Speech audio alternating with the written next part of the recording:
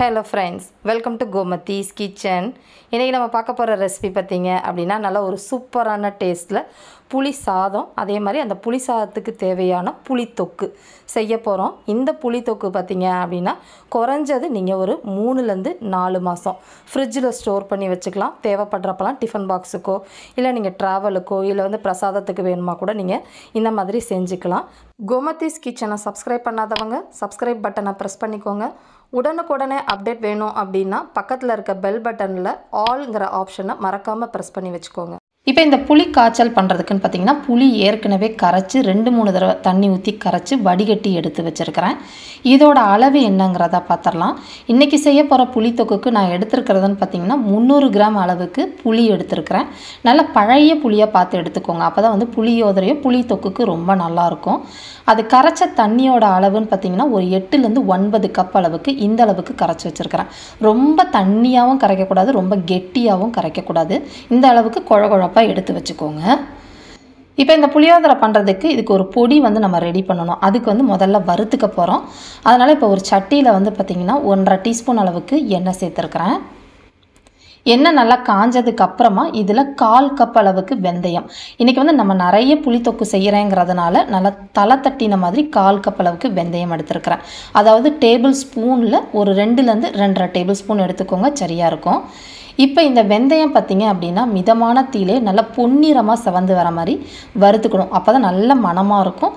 ரொம்ப கருகு விட்டுட்டிங்கன்னா கசந்து போயிடும். இப்போ இந்த வெந்தயம் பாதி இந்த அளவுக்கு வறுபட்டதுக்கு அப்புறமா பாதி அளவு காரத்துக்குன்னு பார்த்திங்கன்னா வரமிளகாவை வறுத்து பொடிச்சிட்டு சேர்க்க போகிறோம். மிச்சத்து பாதி நம்ம தாளிக்கிறப்ப சேர்த்துக்க போகிறோம். இப்போ பார்த்திங்கன்னா ஒரு 20லேருந்து 25 வரமிளகா சேர்த்து இதோடையே நல்லா வறுத்துக்க போகிறேன். மிளகாய் இதில் காரம் கம்மியாக இருக்குங்க, அதனால் நிறையா சேர்த்துருக்கிறேன். உங்கள் மிளகாய் காரத்துக்கு ஏற்ற மாதிரி நீங்கள் கூட குறைச்சி சேர்த்துக்கோங்க. இப்போ போட்டிருக்கிற மிளகாய் வெந்தயம் நல்ல பொன்னிறமாக செவந்து இந்த அளவுக்கு வறுபட்டுருக்கணும், கருகக்கூடாது. இப்போ அதில் இருக்கிற எண்ணெயை நல்லா வடிச்சிட்டு வெந்தயத்தையும் மிளகு மட்டும் எடுத்து வச்சுருங்க. இப்போ பார்த்திங்கன்னா எல்லாத்தையுமே எடுத்தாச்சு. இப்போ நம்ம வறுத்த வெந்தயம் மிளகு ரெண்டுத்தையுமே ஆற வச்சுடுங்க. ஆறுறதுக்கப்புறமா நம்ம இன்னொரு பொடி அரைக்கணும், அதோடு சேர்த்து போட்டு அரைச்சிக்கலாம். இப்போ இதிலேயே நம்ம புளி காய்ச்சல் செய்ய போகிறோம். அதுக்கு எண்ணெய் தாராளமாக ஊற்றணும். அதனால் இன்னும் கொஞ்சம் நல்லெண்ணெய் சேர்த்துக்க போகிறோம். புளி காய்ச்சலுக்கு நல்லெண்ணெய் தான் ஊற்றிக்கணும், அதுதான் நல்லாயிருக்கும். கிட்டத்தட்ட ஒரு 1.25 கப் அளவுக்கு எண்ணெய் சேர்த்துக்கோங்க. திரும்ப சொல்கிறேன், நம்ம நிறைய பண்ணுறதுனால எண்ணெய் கொஞ்சம் தாராளமாக தான் ஊற்றணும். கம்மியாக செய்ய போகிறோன்னா கொஞ்சமாக ஊற்றிக்கிட்டால் போதும். இப்போ எண்ணெய் நல்லா காஞ்ச பிறகு இதில் தாளிக்கிறதுக்கு ஒரு 2 டேபிள் ஸ்பூன் அளவுக்கு கடுகு சேர்த்துக்கோங்க. இப்போ இந்த கடுகு நல்லா பொரியட்டும். இந்த கடுகு பொரிஞ்சிக்கிட்டு இருக்கப்பே இதில் நம்ம கட்டி பெருங்காயம் சேர்த்துக்க போகிறோம். ஒரு இந்த சைஸில் கொஞ்சம் பெரிய சைஸாகவே போட்டுக்கோங்க. பொடி பெருங்காயமும் போட போகிறோம். இருந்தாலும் கட்டி பெருங்காயம் போடுறப்ப புளியோதரை வாசனை ரொம்ப நல்லா இருக்கும். அதனால் கட்டி பெருங்காயம் போட்டு அதையும் நல்லா பொரிய விட்டுருங்க. இப்போ பார்த்திங்கன்னா எல்லாம் பாதி அளவு பொரிஞ்சிட்டு இருக்கப்பே கடலைப்பருப்பு ஒரு 2.5 டேபிள் ஸ்பூன் அளவுக்கு சேர்த்துக்கலாம். இப்போ தீயை எப்போதுமே மிதமாக வச்சுட்டு இது எல்லாத்தையும் வருங்க, கருகிடக்கூடாது. இப்போ இந்த கடலைப்பருப்பு லைட்டாக செவக்கட்டும். இப்போ போட்டிருக்கிற கடலைப்பருப்பு பார்த்திங்கன்னா பாதி நல்லா செவந்துருச்சு. இந்த சமயத்தில் முழு உளுத்தம் பருப்புனா நீங்கள் கடலைப்பருப்பு போட்டப்பே சேர்க்கலாம். நான் தாளிக்கிற உளுத்தம் பருப்பு உடச்சது இருக்கிறதுனால இப்போ ஒரு 2 டேபிள் ஸ்பூன் போட்டு அதையே செவக்க விட்டுக்கிறேன். இப்போ பார்த்திங்கன்னா போட்டிருக்க கடுகு பெருங்காயம் எல்லாம் நல்லா பொரிஞ்சிருச்சு. அதே மாதிரி நம்ம போட்டிருந்த பருப்பு ரெண்டுமே நல்லா ஓரளவு பொன்னிறமாக செவந்துருக்குது. இந்த சமயத்தில் நம்ம வேர்க்கடலை சேர்த்துக்க போகிறோம். என்கிட்ட ஏற்கனவே வறுத்த வேர்க்கடலை தான் இருக்குது, அதனால் இப்போ ஒரு 1/2 கப் அளவுக்கு சேர்த்துக்கிறேன். உங்கள்கிட்ட வறுக்காத வேர்க்கடலை அப்படின்னா கடலைப்பருப்பு போடுறப்பயே போட்டுட்டு அதையும் நல்லா வேகிற அளவுக்கு எண்ணெயிலேயே வறுத்து விடுங்க. இப்போ பார்த்திங்கன்னா எல்லாமே நல்லா வறுபட்டு செவந்திருக்கப்ப இப்போ பாதி அளவு காரத்துக்கு நம்ம வறுத்து பொடியாக்க போகிறோம். மிச்ச பாதி அளவு காரத்துக்கு தேவையான வரமிளகா சேர்த்துக்கோங்க. நான் ஒரு 10 வரமிளகா விதையோடு எடுத்து போட்டிருக்கிறேன். 10 விதையெல்லாம் எடுத்துட்டு வெறும் மிளகாய் மட்டும் சேர்த்துருக்கிறேன். அப்போ அந்த ஃப்ளேவர் உங்களுக்கு கிடைக்கும், காரம் அவ்வளோவா இருக்காது. இப்போ இந்த மிளகாவும் நல்லா செவந்ததுக்கப்புறமா ஒரு கைப்பிடி அளவுக்கு கருவேப்பிலை இலைகள் தாராளமாக சேர்த்துக்கோங்க. கூடவே 1.25 டீஸ்பூன் அளவுக்கு மஞ்சள் பொடி இப்பயே சேர்த்துக்கலாம். இதை போட்டு நல்லா இந்த எண்ணெயிலே பொரிய விடுறப்ப நம்மளோட அந்த புளித்தொக்கு கலர் சூப்பராக இருக்கும். அந்த மஞ்சத்தூள் பச்சை வாசனை உங்களுக்கு சட்டுன்னு போயிடும். மஞ்சத்தூள் கறியிடக்கூடாது. தீயை கம்மியாக வச்சு நல்லா வறுபட்டதுக்கு அப்புறமா இப்போ நம்ம கரைச்சி எடுத்து வச்சுருக்கிற புளிக்கரைசலை இதில் சேர்த்துக்கலாம். இப்போ பார்த்திங்கன்னா புளி தண்ணி நல்லா ஊற்றிட்டேன்.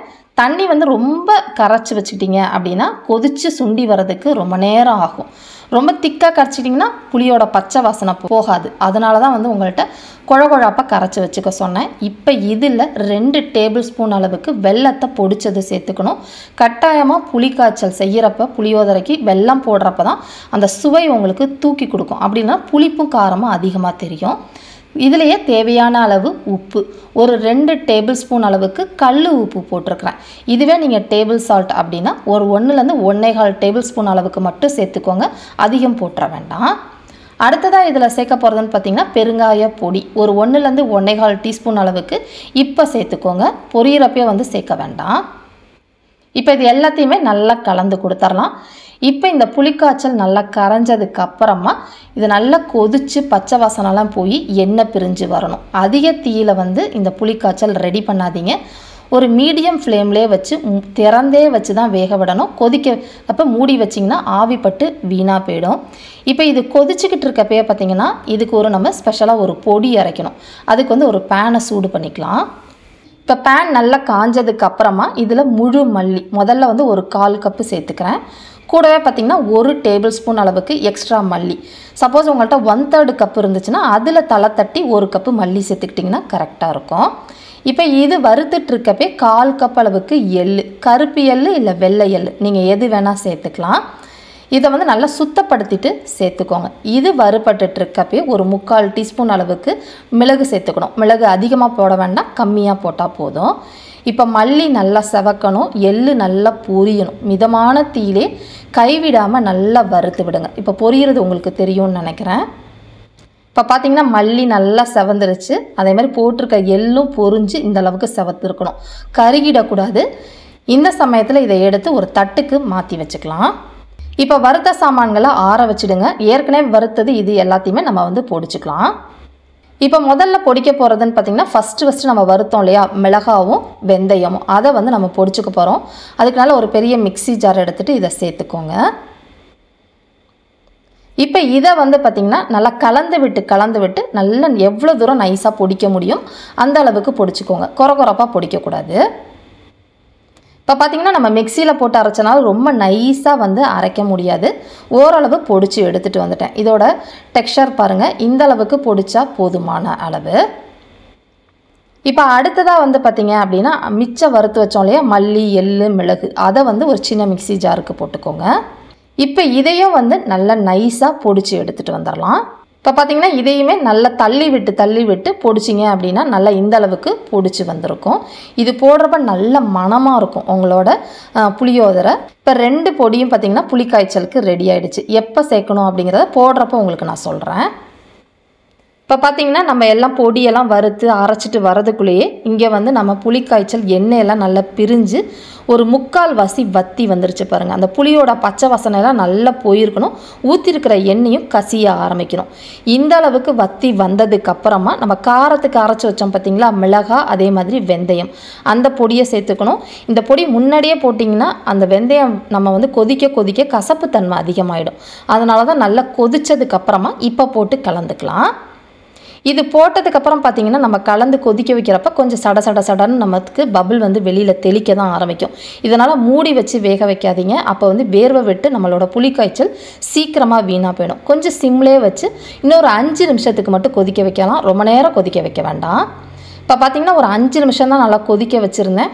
அந்த மிளகாவிலேருந்து அந்த பச்சை வாசனைலாம் போய் போட்டிருக்க எண்ணெயெல்லாம் கசிஞ்சு நிறமும் மாறிடுச்சு பாருங்கள். புளிக்காய்ச்சலோட கன்சிஸ்டன்சியும் உங்களுக்கு இப்போ நல்லா வந்து திக்காக இந்த அளவுக்கு வந்திருக்கும்.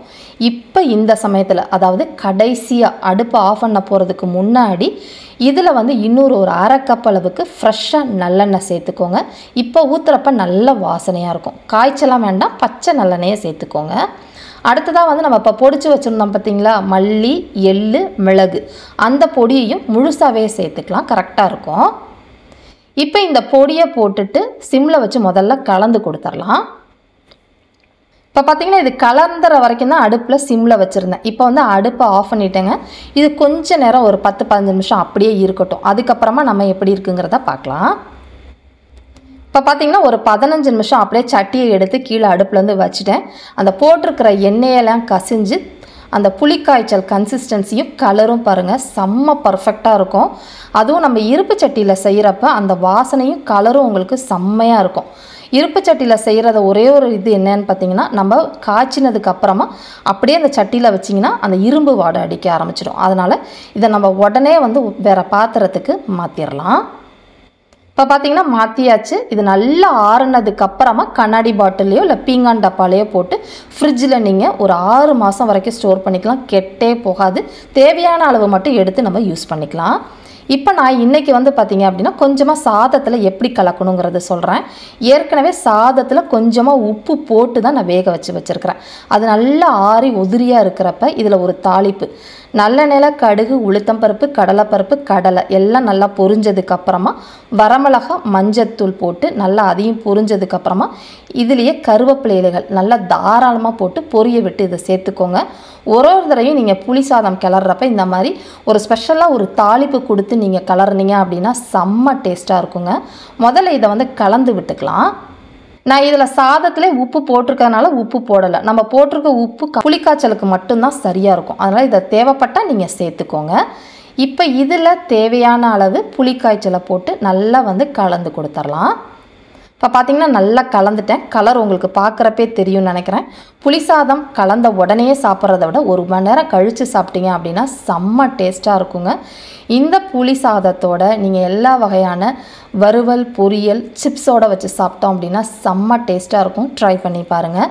இதே மாதிரி அளவுகளோட இந்த புளி காய்ச்சலையும் புளி சாதமும் செஞ்சு பார்த்துட்டு எப்படி இருக்குங்கிறத கமெண்ட் பண்ணுங்கள். வீடியோ பிடிச்சிருந்தாலும் கமெண்ட் பண்ணுங்கள், லைக் பண்ணுங்கள், ஷேர் பண்ணுங்கள். மறக்காமல் கோமதீஸ் கிச்சன் சேனலையும் சப்ஸ்கிரைப் பண்ணி வச்சுக்கோங்க. தேங்க்ஸ் ஃபார் வாட்சிங்.